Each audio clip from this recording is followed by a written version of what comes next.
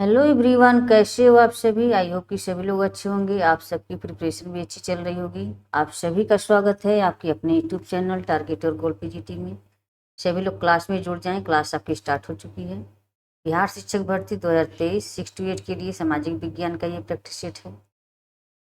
जितना आप लोग प्रैक्टिस कर लें वो सबसे अच्छा है। एग्जाम टाइम में एक यही बचता है, जितना आप प्रैक्टिस कर सकें उतना हमको प्रैक्टिस कर लेना चाहिए। फ्रेंड्स, सभी लोग क्लास में जुड़ जाएं। क्लास आपकी स्टार्ट हो चुकी है। इसके पहले भी हमने बहुत सारे प्रैक्टिस सेट करवा चुकी हैं। यदि कुछ नहीं देखे हैं तो अवश्य देखें। सारे वीडियोज आपको यूट्यूब के प्ले लिस्ट में मिल जाएंगी, वहाँ से आप इसे देख सकते हैं।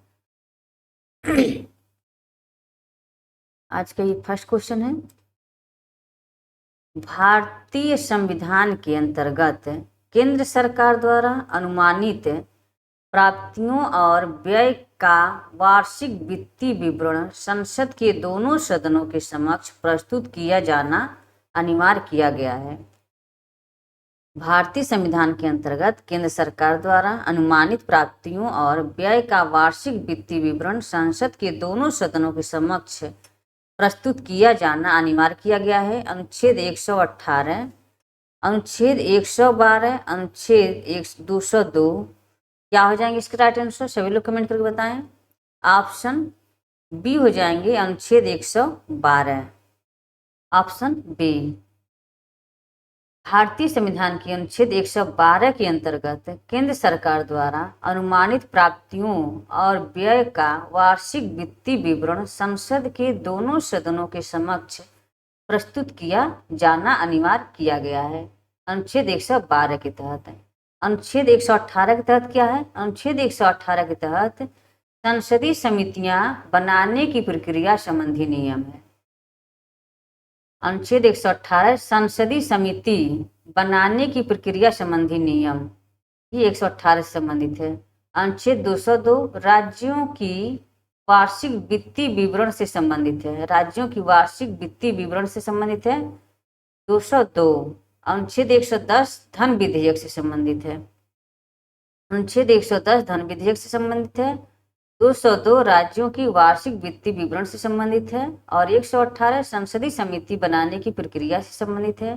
और 112 भारतीय संविधान के 112 के अंतर्गत केंद्र सरकार द्वारा अनुमानित प्राप्ति और व्यय का वार्षिक वित्तीय विवरण संसद के दोनों सदनों के समक्ष प्राप्त किया जाना है।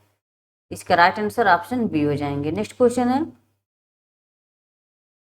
नई लोकसभा निर्वाचित होने के उपरांत वर्तमान लोकसभा के अंतिम सत्र हेतु निम्नलिखित में से कौन सा शब्द प्रयोग किया जाता है? नई लोकसभा निर्वाचित होने के उपरांत वर्तमान लोकसभा के अंतिम सत्र हेतु निम्नलिखित में से कौन सा शब्द प्रयोग किया जाता है? Sine die, lame duck, quorum. तो इसका राइट आंसर सभी लोग कमेंट करके बताएं। लोकसभा निर्वाचित होने के उपरांत वर्तमान लोकसभा के अंतिम सत्र हेतु लेम डॉक, इसका राइट आंसर लेम डॉक, ऑप्शन बी हो जाएंगे। लेम डॉक शब्द का प्रयोग किया जाता है। नेक्स्ट क्वेश्चन है।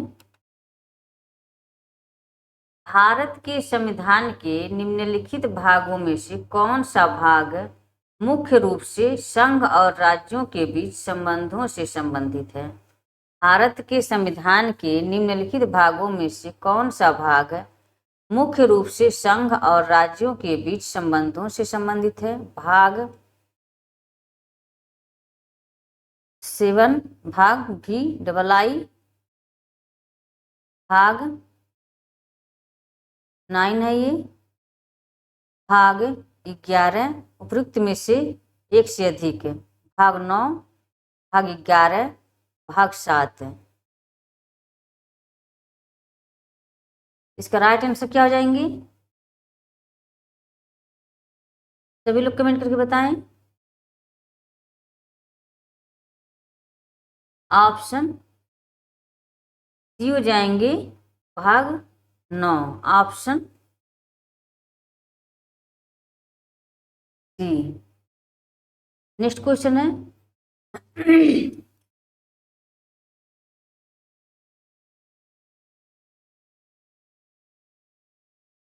निम्नलिखित में से किसके अंतर्गत भारतीय प्रशासनिक सेवा और भारतीय पुलिस सेवा को संसद द्वारा सृजित सेवाएं माना जाता है?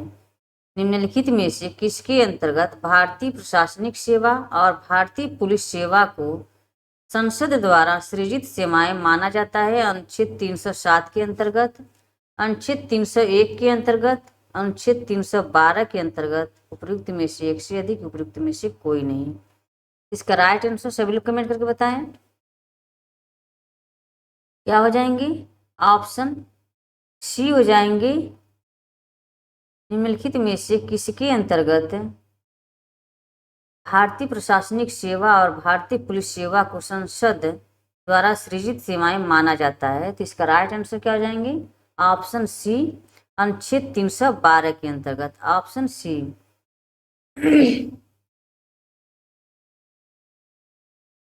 अनुच्छेद 301 क्या है? अनुच्छेद 301 के तहत भारत के राज्य क्षेत्र के भीतर व्यापार, वाणिज्य और समागम की स्वतंत्रता दी गई है।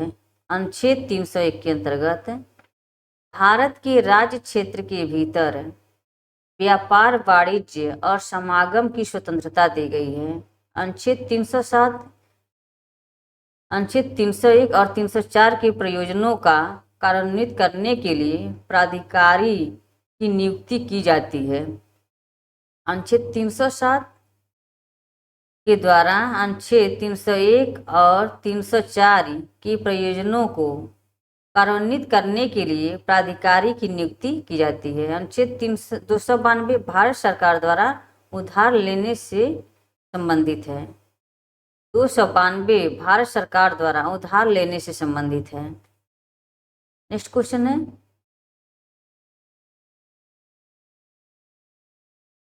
किसी राज्य का राज्यपाल किसके प्रसाद पर्यंत अपना पद धारण करता है? किसी राज्य का राज्यपाल किसके प्रसाद पर्यंत अपना पद धारण करता है? भारत के उपराष्ट्रपति, संबंधित राज्य के मुख्यमंत्री, भारत के राष्ट्रपति। इसका राइट आंसर क्या हो जाएंगे? सभी लोग कमेंट करके बताएं।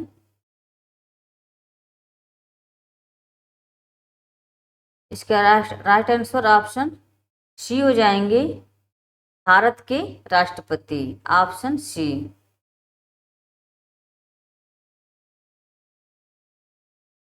नेक्स्ट क्वेश्चन है, भारत की आकस्मिकता निधि का संरक्षक कौन होता है? भारत की आकस्मिकता निधि का संरक्षक कौन होता है? वित्त मंत्रालय, राष्ट्रपति, नीति आयोग की सीईओ, उपयुक्त में से एक से अधिक, उपयुक्त में से कोई नहीं। तो इसका राइट आंसर क्या हो जाएंगे? सभी लोग कमेंट करके बताएं। ऑप्शन बी हो जाएंगे, राष्ट्रपति। आप भारत की आकस्मिकता निधि का संरक्षक कौन होता है? तो राष्ट्रपति होता है। भारत की आकस्मिकता निधि का संरक्षक राष्ट्रपति होता है। अनुच्छेद 267 के अनुसार संसद को आकस्मिकता निधि स्थापित करने की शक्ति का प्रावधान है, 267 के अनुसार। नेक्स्ट क्वेश्चन है, निम्नलिखित में से कौन सा भारतीय संविधान की 7वीं अनुसूची में राज्य सूची में शामिल मामला है? निम्नलिखित में से कौन सा भारतीय संविधान की 7वीं अनुसूची में राज्य सूची में शामिल मामला है? रेलवे, प्रत्यार्पण, बाजार और मेले। क्या हो जाएंगे इसके राइट आंसर? सभी लोग कमेंट करके बताएं।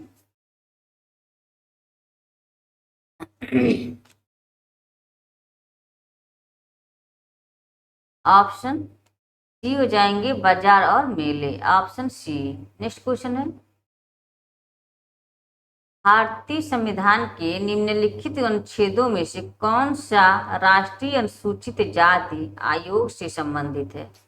भारतीय संविधान के निम्नलिखित अनुच्छेदों में से कौन सा राष्ट्रीय अनुसूचित जाति आयोग से संबंधित है? अनुच्छेद 338, अनुच्छेद 347, अनुच्छेद 343। क्या हो जाएंगे इसके राइट आंसर? सभी लोग कमेंट करके बताएं। ऑप्शन ए हो जाएंगे, अनुच्छेद 338, ऑप्शन ए। अनुच्छेद 338 राष्ट्रीय अनुसूचित जाति आयोग से संबंधित है। अनुसूचित जनजाति आयोग का अनुच्छेद 338 ए में वर्णन है। अनुसूचित जनजाति आयोग का अनुच्छेद 338 ए में वर्णन है और 338 राष्ट्रीय अनुसूचित जाति आयोग से संबंधित है। 338 जो है ये अनुसूचित जाति आयोग से संबंधित है और 338 अनुसूचित जनजाति ये अनुसूचित जनजाति है और अनुसूचित जाति 338 है और अनुच्छेद 338 अनुसूचित जनजाति है। इसको अंतर समझिएगा आप लोग। 338 जो है अनुसूचित जाति से संबंधित है और अनुच्छेद 338 इसमें जनजाति आयोग अनुसूचित जनजाति का है ये। नेक्स्ट क्वेश्चन है,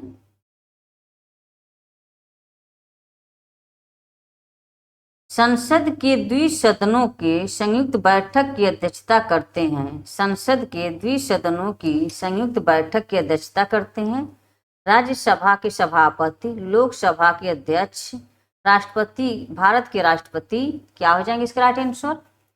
सभी लोग कमेंट करके बताएं। ऑप्शन बी हो जाएंगे, लोकसभा के अध्यक्ष, स्पीकर जो होते हैं। संसद के द्विसदनों की संयुक्त बैठक की अध्यक्षता कौन करता है? लोकसभा। नेक्स्ट क्वेश्चन है, भारत के संविधान के अनुच्छेद 213 के तहत घोषित अध्यादेश को इनमें से किसके द्वारा प्रत्याहृत किया जा सकता है? भारत के संविधान के अनुच्छेद 213 के तहत घोषित अध्यादेश को इनमें से किसके द्वारा प्रत्याहृत किया जा सकता है? राज्यपाल, महान्यायवादी, प्रधानमंत्री। क्या हो जाएंगे इसके राइट आंसर? सभी लोग कमेंट करके बताएं। ऑप्शन ए हो जाएंगे, राज्यपाल। भारतीय संविधान 213 के तहत घोषित अध्यादेश को राज्यपाल द्वारा प्रत्याहृत किया जा सकता है। नेक्स्ट क्वेश्चन है,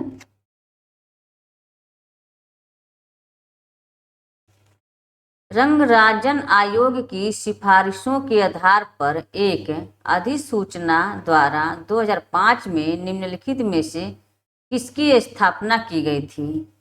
रंगराजन आयोग की सिफारिशों के आधार पर एक अधिसूचना द्वारा 2005 में निम्नलिखित में से किसकी स्थापना की गई थी?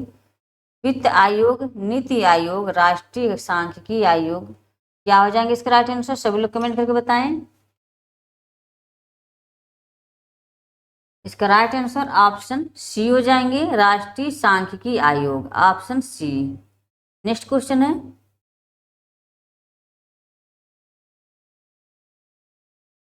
केंद्रीय सांख्यिकी संगठन द्वारा डैश की गणना की जाती है और इस आधार पर औद्योगिक उत्पादन सूचकांक प्रकाशित किया जाता है। केंद्रीय सांख्यिकी संगठन द्वारा डैश की गणना की जाती है और इसी आधार पर औद्योगिक उत्पादन सूचकांक प्रकाशित किया जाता है। मासिक, अर्धवार्षिक, त्रैमासिक। इसका राइट आंसर क्या हो जाएंगे? ऑप्शन ए हो जाएंगे, मासिक। Option A. नेक्स्ट क्वेश्चन है,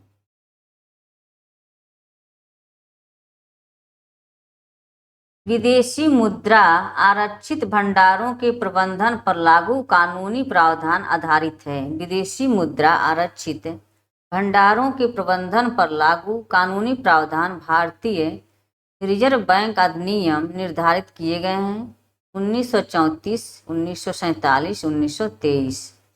क्या हो जाएंगे इसके राइट आंसर? ऑप्शन ए हो जाएंगे, 1934। Option A. नेक्स्ट क्वेश्चन है, सरकार के कराधान और व्यय निर्णयों का प्रबंधन करती है श्रम बाजार नीतियां, राजकोषीय नीति, मौद्रिक नीति। क्या हो जाएंगे इसके राइट आंसर? सभी लोग कमेंट करके बताएं। सरकार के कराधान और व्यय निर्णयों का प्रबंधन करती है।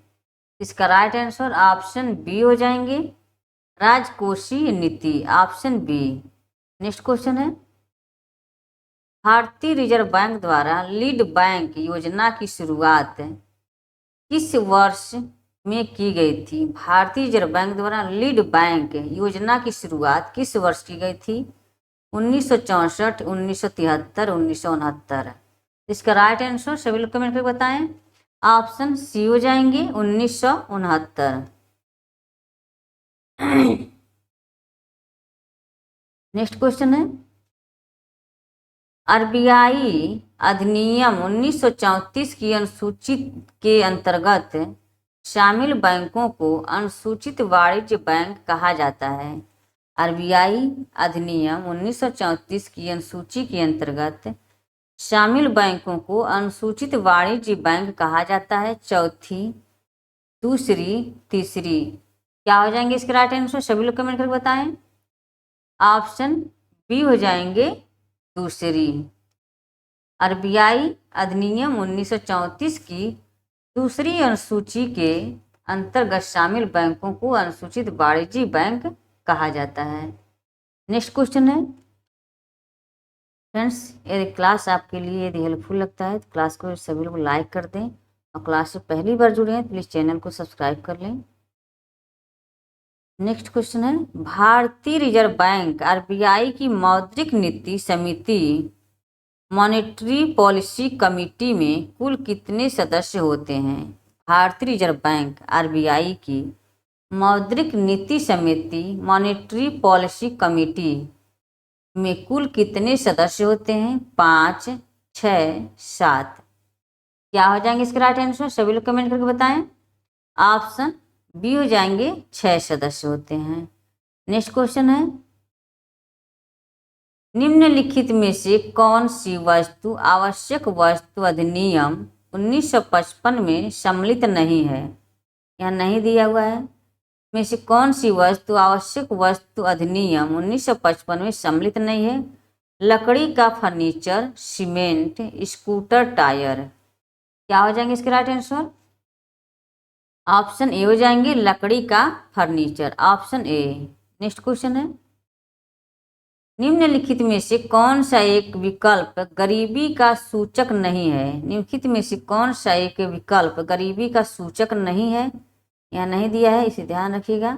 पक्का घर, कुपोषण, भूख गरीबी का सूचक नहीं है। इसका राइट आंसर क्या हो जाएंगे? ऑप्शन ए हो जाएंगे पक्का घर, ऑप्शन ए। नेक्स्ट क्वेश्चन है, भारतीय अर्थव्यवस्था की राजकोषीय नीति के संदर्भ में संक्षिप्त शब्द जीएफसीएफ का पूर्ण रूप निम्नलिखित में से कौन सा है? भारतीय अर्थव्यवस्था की राजकोषीय नीति के संदर्भ में संक्षिप्त शब्द जीएफसीएफ का पूर्ण रूप निम्नलिखित में से कौन सा है?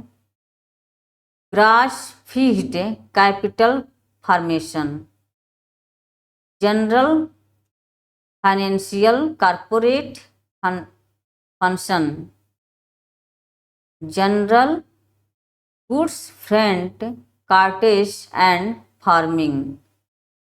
इसका राइट आंसर क्या हो जाएंगे? इसका फुल फॉर्म कौन सा है? संक्षिप्त रूप, पूर्ण रूप क्या है इसका? क्या हो जाएगा? ऑप्शन ए हो जाएंगे gross fixed capital formation, option A. Next question है, आरबीआई के मानदंडों के अनुसार लाभदायी लीवरेज अनुपात में कटौती लागू करने का अर्थ है कि बैंक डैश पूंजी आधार पर डैश उधार दे सकते हैं। आरबीआई के मानदंडों के अनुसार लाभदायी लीवरेज अनुपातों में कटौती लागू करने का अर्थ है कि बैंक डैश पूंजी आधार पर डैश उधार दे सकती है। गिरते अधिक, समान अधिक, बढ़ते समान। क्या हो जाएंगे इसके राइट आंसर? ऑप्शन बी हो जाएंगे समान और अधिक। आरबीआई के मानदंडों के अनुसार लाभदायी लिवरेज अनुपात में कटौती लागू करने का अर्थ है कि बैंक गिरते पूंजी आधार पर अधिक अधिक उधार दे सकते हैं, ऑप्शन बी। नेक्स्ट क्वेश्चन है,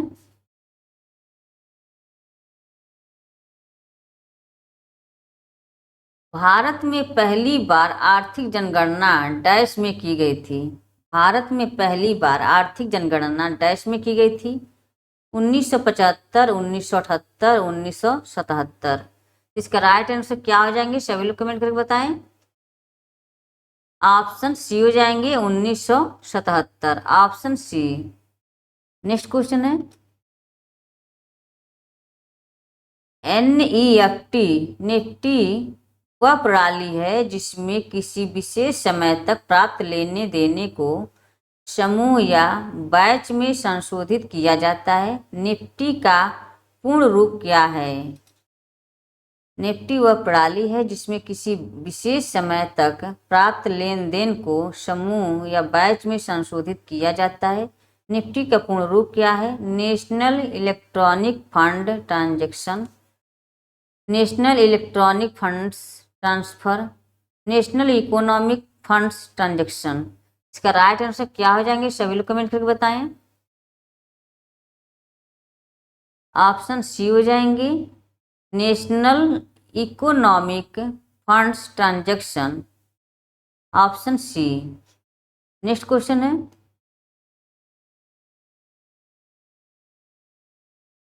NEFT वह प्रणाली है जिसमें किसी विशेष समय तक प्राप्त लेन देन, डबल हो गया क्या लग रहा है, ये रिवीजन हो गया।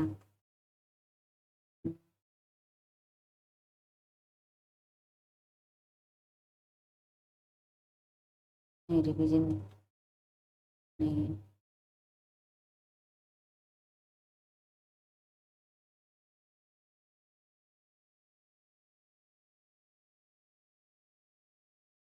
NEFT का, हाँ रिवीजन हो गया इसी का,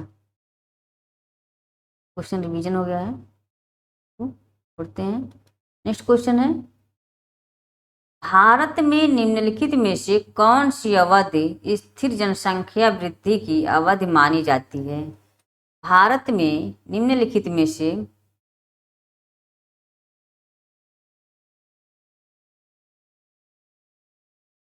भारत में निम्नलिखित में से कौन सी अवधि स्थिर जनसंख्या वृद्धि की अवधि मानी जाती है? क्या हो जाएंगे इसके राइट आंसर?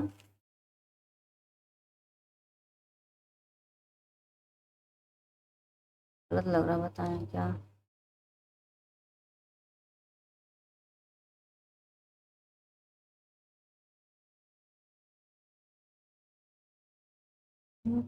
डबल डबल हो गया कैसा ही।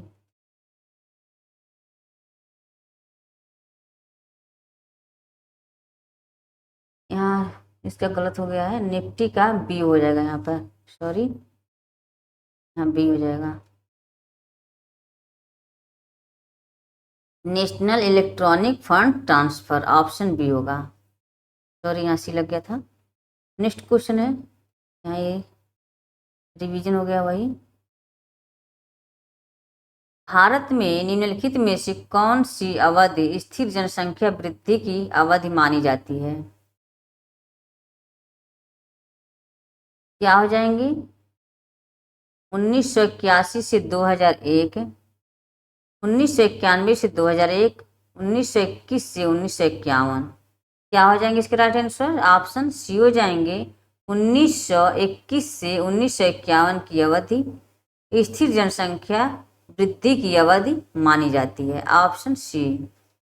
नेक्स्ट क्वेश्चन है,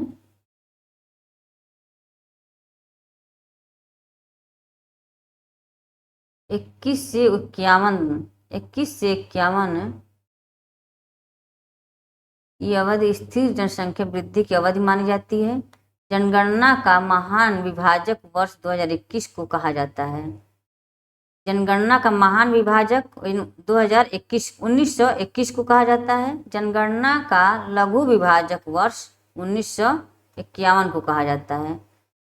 लघु विभाजक वर्ष 1951 को और महान विभाजक 1921 को कहा जाता है। 1911 से लेकर के 1921 ईस्वी के दौरान भारत में जनसंख्या की दशकीय वृद्धि ऋणात्मक 0.31% हो गई। नेक्स्ट क्वेश्चन है,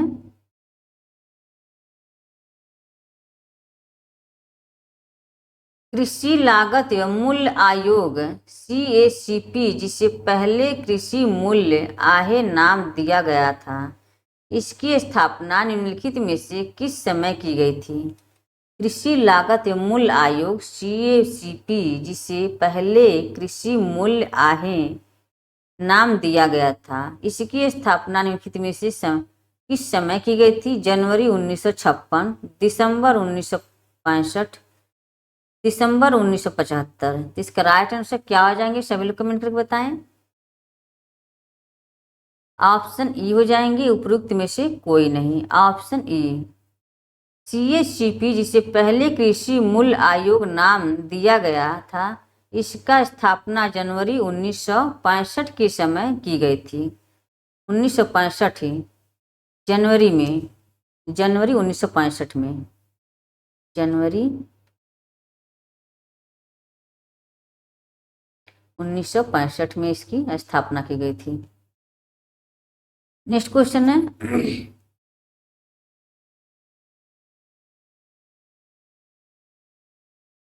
GST वस्तु एवं सेवा कर परिषद का अध्यक्ष निम्नलिखित में से कौन है? GST वस्तु एवं सेवा कर परिषद का अध्यक्ष निम्नलिखित में से कौन है? केंद्रीय वित्त मंत्री, केंद्रीय वित्त सचिव, मुख्य कैबिनेट सचिव। इसका राइट आंसर क्या हो जाएंगे? सभी लोग कमेंट करके बताएं। ऑप्शन ए हो जाएंगे, केंद्रीय वित्त मंत्री। ऑप्शन सी, ऑप्शन ए हो जाएंगे। नेक्स्ट क्वेश्चन है फ्रेंड्स, सभी लोग क्लास को शेयर कर दें। क्लास से पहली बार जुड़े हैं प्लीज़ चैनल को सब्सक्राइब कर लें एंड बेल आइकन को प्रेस करके ऑन कर लें, ताकि जो भी मेरा वीडियो अपलोड हो आपको नोटिफिकेशन मिल जाए।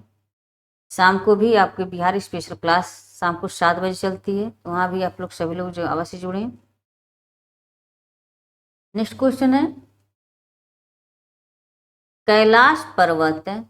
कैलाश पर्वत श्रेणी निम्न में से कहाँ उपस्थित है?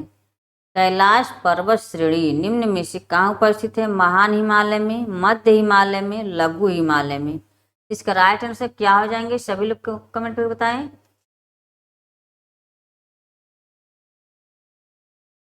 ऑप्शन ई हो जाएंगे, उपयुक्त में से कोई नहीं। ऑप्शन ए, यह कैलाश पर्वत श्रेणी ट्रांस हिमालय की अवस्थिति, ट्रांस हिमालय में स्थित है। ये कहाँ पर है? ये ट्रांस हिमालय में। कैलाश पर्वत कहाँ है? ट्रांस हिमालय श्रेणी में उपस्थित है। कैलाश पर्वत श्रेणी ट्रांस हिमालय में स्थित है। यह ट्रांस हिमालय की अवस्थिति महान हिमालय, बृहद हिमालय के उत्तर में है। ट्रांस हिमालय जो है ये महान हिमालय के उत्तर में है। ट्रांस हिमालय का अधिकांश भाग तिब्बत में है, अतः इसे तिब्बतियन हिमालय भी कहा जाता है। कैलाश पर्वत कहाँ है? ट्रांस हिमालय में। ऑप्शन ये हो जाएंगे। नेक्स्ट क्वेश्चन है